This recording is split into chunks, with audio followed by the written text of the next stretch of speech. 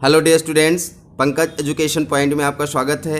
आज मैं 12th class English pros का अगला चैप्टर वीमेंस एजुकेशन पढ़ाने जा रहा हूं। इस लेसन के राइटर डॉक्टर सर्वपल्ली राधाकृष्णन जी हैं। तो आइए सबसे पहले राइटर के बारे में जान लेते हैं। Doctor Sarvepalli Radhakrishnan was born on 5 September 1888।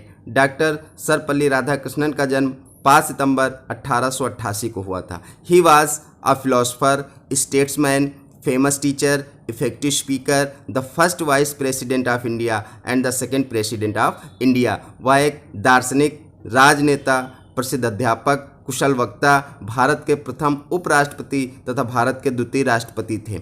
His birthday is celebrated as teachers day in India. उनका जन्म दिवस भारत में शिक्षक दिवस के रूप में मनाया जाता है। इस लेसन में उन्होंने भारत में शिक्षा की स्थिति का वर्णन किया है, विशेषकर भारत में महिलाओं की शिक्षा की क्या स्थिति है, तथा इसके साथ साथ इस लेसन में उन्होंने यह भी बताया है कि शिक्षा का वास्तविक उद्देश्य क्या होना चाहिए। तो आइए लेसन को पढ़ते हैं और देखते हैं कि उन्होंने भारत में शिक्षा के बारे में क्या बताया है।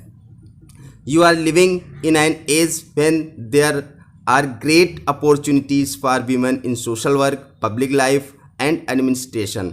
यहाँ पर वो कहते हैं कि आप एक ऐसे युग में रह रहे हैं जहाँ पर महिलाओं के लिए सामाजिक कार्य में, सामाजिक जीवन में और प्रशासन में महान अवसर है। यहाँ पर अपॉर्चुनिटीज़ का मतलब अवसर से है। Society requires women of discipline minds and restrained manners. Discipline mind मतलब अनुशासित मस्तिष्क वाली, रिस्ट्रेन्ड मैनर्स मतलब नियंत्रित व्यवहार वाली। तो यहाँ पर ये कह रहे हैं कि समाज को नियंत्रित मस्तिष्क वाली और नियंत्रित व्यवहार वाली महिलाओं की आवश्यकता है। What your line of work you undertake you should bring to it an honest discipline mind. यहाँ पर वो कह रहे हैं कि कोई भी कार्य आप शुरू करते हैं तो उसको एक ईमानदार और अनुशासित मस्तिष्क से करना चाहिए। You will then succeed and have the joy of your life. तब आप सफल होंगे और जो कार्य आप कर रहे हैं उसका आनंद प्राप्त करेंगे। यहाँ पर ये कह रहे हैं कि जो कार्य हमको करना चाहिए वो ईमानदारी से करना चाहिए। यदि हम ऐसा करते हैं तो उस कार्य में हम अवश्य सफल होंगे और उस कार्य का पूरा जॉय, पूरा आनंद भी हमको मिलेगा। Actually in our country education so far as girls education is concerned is not widespread enough।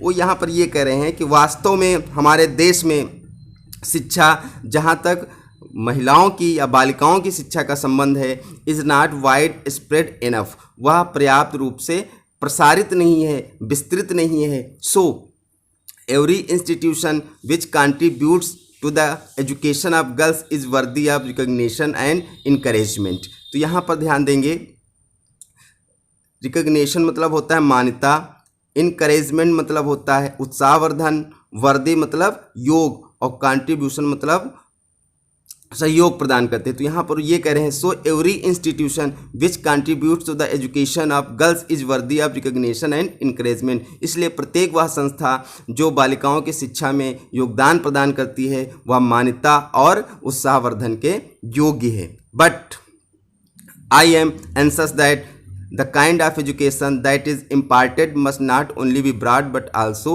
be deep। लेकिन यहाँ पर वो कहते हैं कि मुझे इस बात की चिंता है that the kind of education, कि वह शिक्षा that is imparted मतलब होता है given, कि जो शिक्षा दी जाती है must not be only broad, वह केवल ब्रॉड ही ना हो, विस्तृत ही ना हो, प्रसारित ही ना हो, बट आल्सो भी डीप, बल्कि वो गहरी भी हो। We are lacking in depth. फिर कहते हैं कि जो शिक्षा हम प्राप्त कर रहे हैं उसमें गहराई की कमी है। यहाँ पर लैकिंग का मतलब कमी और डेप्थ मतलब गहराई। जो शिक्षा हम प्राप्त कर रहे हैं उसमें गहराई की कमी है।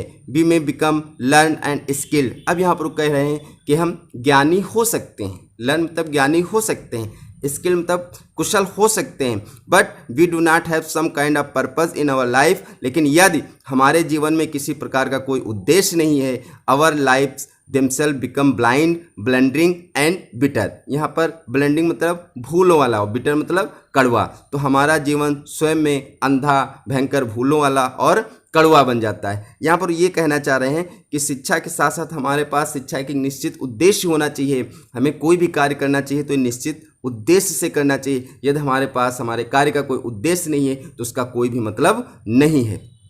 द गीता सेज, यहाँ पर कह रहे हैं कि गीता में लिखा है, गीता कहती है व्यवसात्मिका बुधिरिके, मतलब निश्चयात्मक बुद्धि एक ही होती है, मतलब जो भी कार्य करते हैं उसका एक निश्चित उद्देश्य होना चाहिए। For a truly cultured mind there is a single mindedness, a dedication to a single purpose. फिर वो क्या कहते हैं, for a truly culture mind, एक सुसंस्कृत मस्तिष्क में there is a single mindedness, single mindedness एकाग्रता, a dedication to single purpose. जो सुसंस्कृत मस्तिष्क होता है वह एकाग्रता और उसमें क्या है, एक उद्देश्य के प्रति समर्पण का भाव होता है। फॉर द अनकल्चर माइंड, और जो असंस्कृत मस्तिष्क होता है, the whole life is scattered in many direction, उसका जो जीवन होता है वो कई शाखाओं में, कई दिशाओं में बटा होता है, उसके जीवन का कोई उद्देश्य ही नहीं होता है, वो कहीं ये चाहता है कहीं ये चाहता है, जैसा कि लिखा है बहुशाखा है अंताश।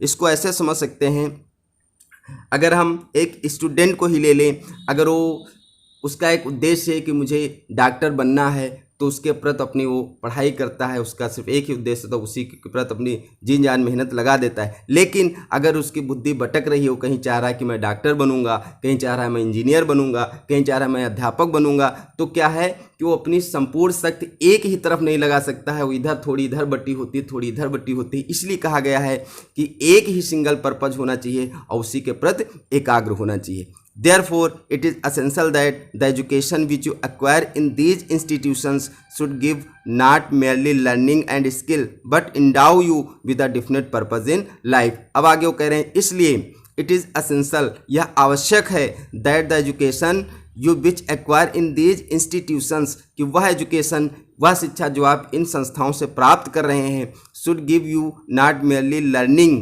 and skill, वह सिर्फ आपको ज्ञान और कुशलता देने वाली ना हो, बट इंडाउ, इंडाउ मतलब होता है प्रदान करना, you with a definite purpose in life, बल्कि उस शिक्षा से आपको जीवन में एक निश्चित उद्देश्य मिले। What that purpose is you have to define for yourself. फिर क्या कहते हैं कि वह उद्देश्य क्या होना चाहिए, वह उद्देश्य क्या है, यह आपको स्वयं परिभाषित करना है, स्वयं तय करना है। इट इज सेड दैट विद्या गिव्स यू विवेका, विमर्श रूपनी विद्या gives you a sense of what is right and helps you to avoid what is wrong. अब यहाँ पर वो कहते हैं कि विद्या जो होती है वह हमें विवेक प्रदान करती है। विमर्श रूपणी विद्या gives you a sense of what is right, और जो विमर्श रूपणी विद्या होती है वो हमको एक सेंस प्रदान करती है, एक ज्ञान प्रदान करती है कि सही क्या है और गलत क्या है।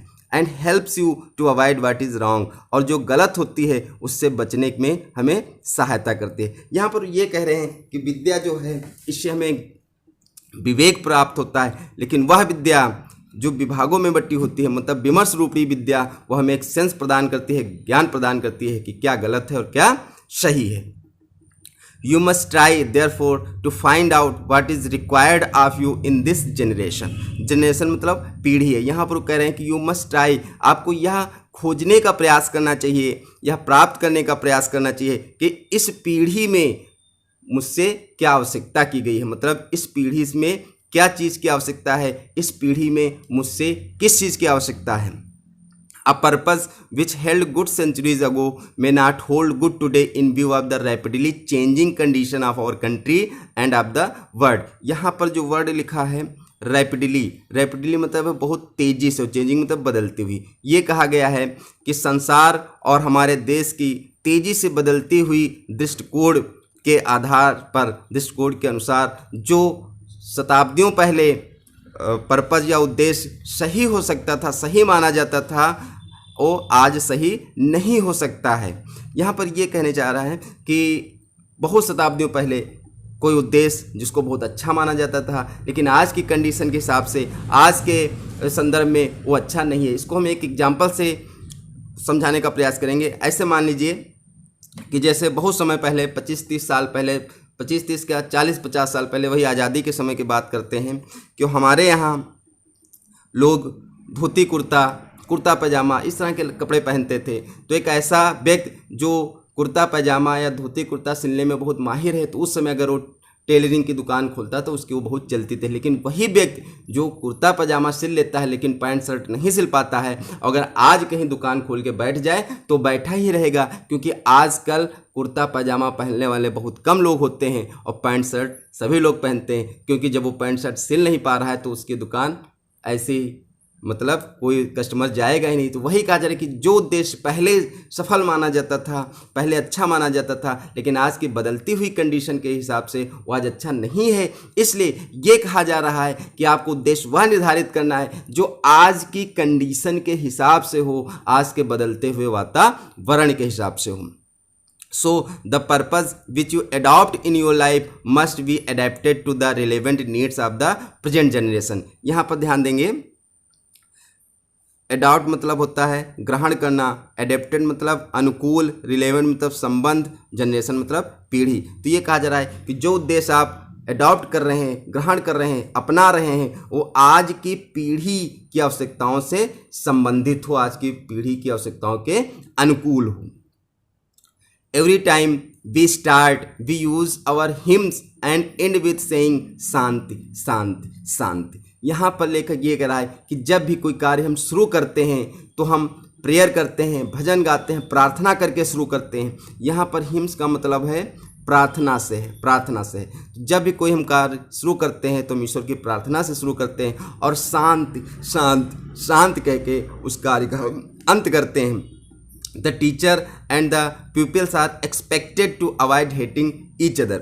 यहाँ पर लेखक ये कह रहा है, एक शिष्य और गुरु के बीच के संबंध को दर्शा रहा है। कहता है कि टीचर और प्यूपिल्स मतलब गुरु और शिष्य से आशा की जाती है कि वे एक दूसरे से घृणा करने से बचेंगे। यहाँ पर ये कहा है कि एक गुरु और शिष्य को अपनी मर्यादा में रहना चाहिए। उनका संबंध क्या है? प्रेम का संबंध है। लेकिन यदि एक दूसरे से घृणा करेंगे तो ये शिक्षा जैसा प्रोसेस जो कार्य है वो आगे नहीं बढ़ सकेगा। तो ये आशा की जाती है कि ये दोनों लोग एक दूसरे से घृणा नहीं करेंगे बल्कि प्यार से रहेंगे, ऐसा उन्होंने आशा की है। फिर आगे जो ये पैसेज दिया है तो सभी स्टूडेंट्स ध्यान देंगे, बहुत ही इंपॉर्टेंट पैसेज है ये, अक्सर पूछा जाता है, बहुत ही इंपॉर्टेंट है, इसको बहुत ध्यान से समझेंगे।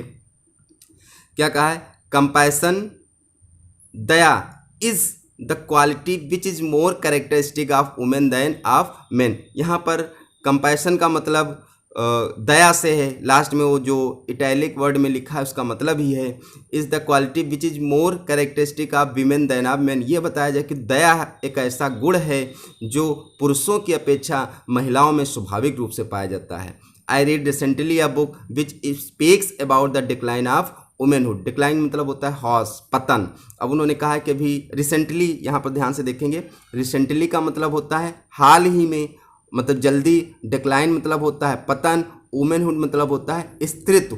तो उन्होंने कहा भी हाल ही में मैंने एक पुस्तक पढ़ी है जो मुझे महिलाओं के स्त्रीत्व के पतन के बारे में बताती है। And says that this is so, और यह भी बताती है कि ऐसा इसलिए है because there is a decline in compassion, क्योंकि उसमें दया का पतन हुआ है, इसलिए स्त्रीत्व का पतन हुआ है। यहाँ पर वो ये कहना चाह रहे हैं, आगे लिखा है, in other words the natural quality of women is compassion. दूसरे शब्दों में महिलाओं का जो स्वाभाविक गुण है वो क्या है? दया है। दया महिलाओं का स्वाभाविक गुण है। If you do not have compassion, फिर कहते हैं यदि आप में कंपैशन नहीं, आप में दया भाव नहीं है, यू आर नॉट ह्यूमन, तो आप मनुष्य नहीं हैं। It is therefore essential for every human being to develop the quality of considerateness, kindness and compassion. यहाँ पर जो वर्ड लिखा है कंसिडरेटनेस, इसका मतलब है दूसरे के अधिकारों और दूसरे के भावनाओं के प्रति सहानुभूति रखना। तो कहते हैं इसलिए प्रत्येक मानव जाति के लिए आवश्यक है कि वह अपने अंदर दूसरे के प्रति सहानुभूत, अच्छे गुण और दया भाव को विकसित करे। Without these qualities we are only human animals, नर पशु। अब कहा है कि इन विशेषताओं, इस गुणों के बिना हम सिर्फ नर पशु हैं, सिर्फ जानवर हैं, नॉट मोर दैन दैट, और उससे बढ़कर हम कुछ नहीं है। तो यहाँ पर उन्होंने ये बताया है, मानव की विशेषता के बारे में बताया है कि दया जो है वो मानव का स्वाभाविक गुण है। हमारे अंदर दया जैसा भाव होना चाहिए, सहानुभूति जैसा गुण होना चाहिए। यदि हम इस तरह का गुण विकसित नहीं करते हैं तो हम सिर्फ क्या हैं? नर पशु हैं, ह्यूमन एनिमल हैं, जानवर हैं। In fact here the writer says that compassion, kindness is the essential quality of human being. It is necessary for a woman to have the feeling of pity, the feeling of sympathy, the feeling of kindness for the troubles of others। फिर वो कहते हैं in absence of the virtue of compassion, kindness a human being is not human. It is therefore very important for a man, for a human being to develop in the qualities of thoughtfulness, kindness, compassion. If we do not have such moral qualities, we are not human beings, we are only animal. तो आज के लिए इतना ही। इसके आगे का part मैं अगले वीडियो में लेकर के आऊँगा। थैंक्स।